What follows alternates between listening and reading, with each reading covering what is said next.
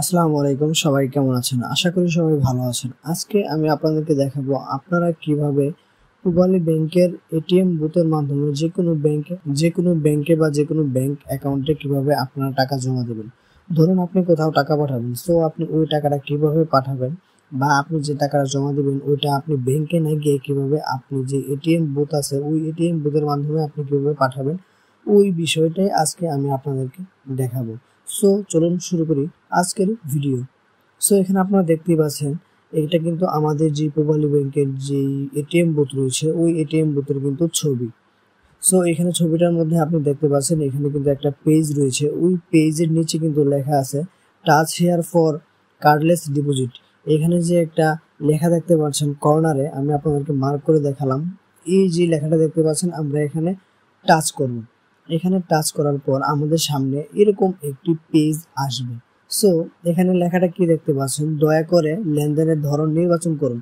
এখানে এই লেখাটা আসছে এবং এখানে কিন্তু দেওয়া আছে যে টাকা জমা। সো আমরা কি করব, এখানে টাকা জমা যেটা আছে এখানে আমরা টাচ করব।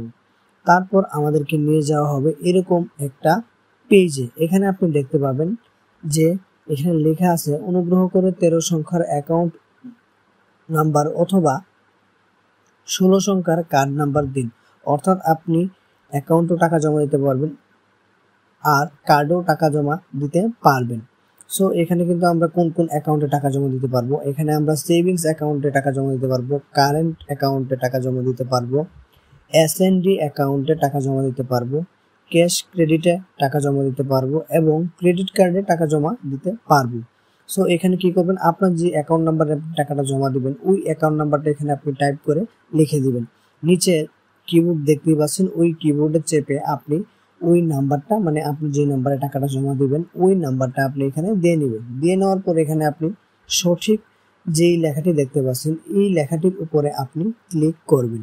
সো আপনি যখন সঠিক লেখার উপরে ক্লিক করবেন তখন আপনাকে এরকম একটা সাইটে নেওয়া হবে। তখন আপনাকে এখানে বলা হবে যে আপনার মোবাইল নাম্বার প্রবেশ করান। এখানে অবশ্যই কিন্তু আপনার যে মোবাইলটা আপনার সাথে আছে ওই মোবাইল নাম্বারটাই আপনি দিবেন, কেননা এই নাম্বারে একটা ওটিপি যাবে লাস্ট মুহূর্তে, ওই ওটিপিটা দিয়ে কিন্তু আপনার এই লেনদেনটা কমপ্লিট করতে হবে। সো আপনি কি করবেন, আপনার সাথে যে নাম্বারটা আছে ওই নাম্বারটা আপনি দিবেন, দিয়ে তারপর আবারও সঠিকে ক্লিক করবেন। সঠিকে ক্লিক করার পর আপনাকে এরকম একটা ক্যাশবক্স খুলে যাবে, অর্থাৎ আপনার যেই সিআরএম মেশিনটা রয়েছে বা আপনার যে এটিএম বুথে আপনি গেছেন ওই এটিএম বুথ থেকে কিন্তু আপনার যখন টাকাটা আপনি জমা দেবেন তখন কিন্তু নিচে একটা এরকম একটা ফোল্ডার ওপেন হয়ে যাবে। এখানে কি করবেন, আপনার যে টাকাটা আছে ওই টাকাগুলো আপনি এখানে জমা দিবেন। অবশ্যই কিন্তু টাকাগুলো সুন্দর করে ভাঁজ করে জমা দিবেন, যেন কোনো ভাঁজ না পড়ে টাকার মধ্যে, অথবা টাকা ছেঁড়া ফাটা বা কষ্টে মারা টাকাও কিন্তু এখানে চলবে না। একদম ফ্রেশ টাকাগুলো আপনার এখানে জমা দিতে হবে। এখানে আপনি 1000 টাকা ও 500 টাকা আপনি জমা দিতে পারবেন, তাছাড়া কিন্তু আপনি জমা দিতে পারবেন না। সো আপনি কি করবেন, আপনার যেই 1000 টাকার নোট ও 500 টাকার নোটগুলো আছে ভালো নোটগুলো আপনি এখানে প্রবেশ করাবেন। প্রবেশ করানোর পর আপনি এখানে নিশ্চিত করুন নামে যে একটা অপশন দেখতে পাচ্ছেন, এখানে যে কনফার্ম লেখাটা আছে ওখানে আপনি ক্লিক করবেন। ওখানে ক্লিক করলে কি হবে, মেশিনটা প্রসেসিং হবে, অর্থাৎ আপনার যে টাকাগুলো আছে ওই টাকাগুলো কিন্তু আপনাকে এখানে দেখানো হবে যে আপনি টোটাল কত টাকা ডিপোজিট করেছেন। এবার আপনি যদি আরো টাকা যোগ করতে চান, অর্থাৎ আপনি যদি আরো টাকা যোগ করতে চান তাহলে আপনি এখানে যোগ করুন যে লেখাটা দেখতে পাচ্ছেন ওই লেখায় আপনি ক্লিক করবেন। ক্লিক করে আরো টাকা যোগ করবেন। অর্থাৎ আপনি যখন টাকাটা জমা দিবেন তখন কিন্তু আপনাকে মেশিন বেছে বেছে যে টাকাগুলো নেবে ওই টাকাগুলো নেওয়ার পর আপনাকে কিছু টাকা ফেরত দেওয়া হবে। যদি আপনার ওই টাকাগুলো না চলে তাহলে কিন্তু আপনাকে ওই টাকাগুলো ফেরত দেওয়া হবে। সো তারপর যদি আপনি আরো টাকা যোগ করতে চান তাহলে যোগ করুনে ক্লিক করবেন। যোগ করুনে ক্লিক করার পর আপনাকে কিন্তু আগের প্রসেসের মতোই একটা বক্স ওপেন হয়ে যাবে এবং এখানে আপনি টাকাটা ডিপোজিট করে নেবেন। তারপর আপনি এখানে টাকাগুলো জমা দেওয়ার পর আপনি কনফার্মে ক্লিক করে দিবেন। অর্থাৎ আপনি নিশ্চিত যে লেখাটা দেখতে পাচ্ছেন এবং কনফার্ম যে দেখতে পাচ্ছেন এখানে আপনি ক্লিক করুন।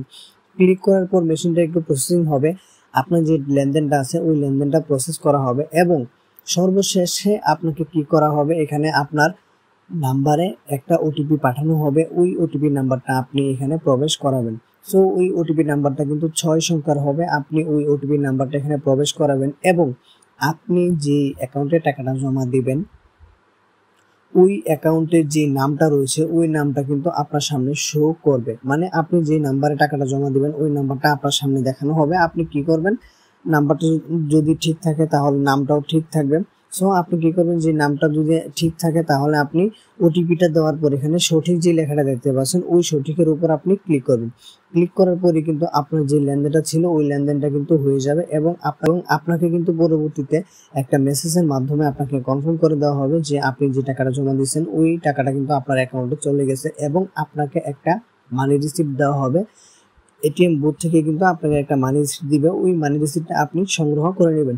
সো এই ছিল আজকের ভিডিও, আপনি কিভাবে সিআরএম এর মাধ্যমে যে কোনো পূবালী ব্যাংকের নাম্বারে টাকা জমা দিবেন। আশা করি আপনারা বিষয়টা বুঝতেই পেরেছেন।